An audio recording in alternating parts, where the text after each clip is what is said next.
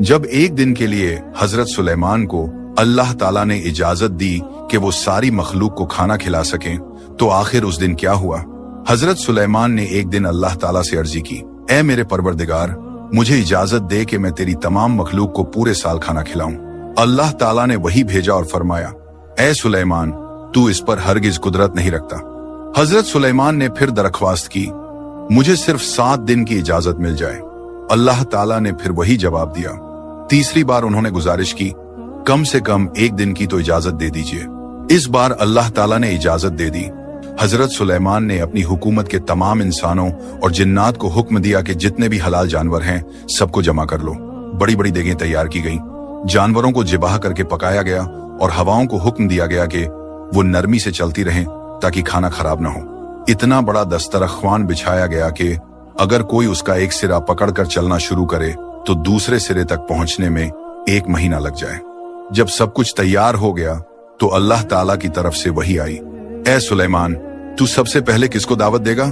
हजरत सुलेमान ने अर्जी की, या अल्लाह, मैं समुद्र के जानवरों से शुरू करूंगा। अल्लाह ताला ने समुद्र की सबसे बड़ी मछली को हुक्म दिया कि वो हजरत सुलेमान की दावत कबूल करे। मछली ने सर उठाया और कहा, ऐ सुलेमान, मैंने सुना है कि आज आपने हमें दावत दी है, क्या यह सच है? उन्होंने जवाब दिया, हाँ, आओ और खाना शुरू करो।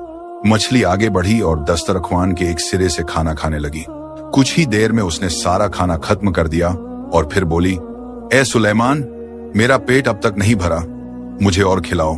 हजरत सुलेमान हैरान होकर बोले, तूने सारा खाना खत्म कर दिया फिर भी तेरा पेट नहीं भरा?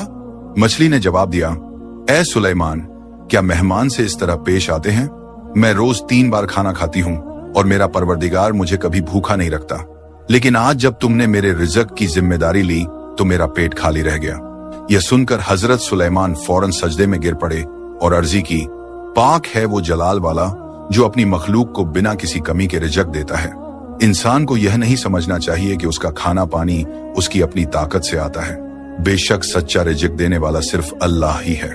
इस वाकये का सबक यह है कि हमेशा अल्लाह पर भरोसा रखो और उसी से रिज़्क की दुआ मांगो। यह वाकया कुरान या हदीस में मौजूद नहीं, बल्कि इजरायली रिवायत और बनी इजराइल की कदीम कहानियों और पुराने तफसीर और क़िसास की किताबों में पाया जाता है।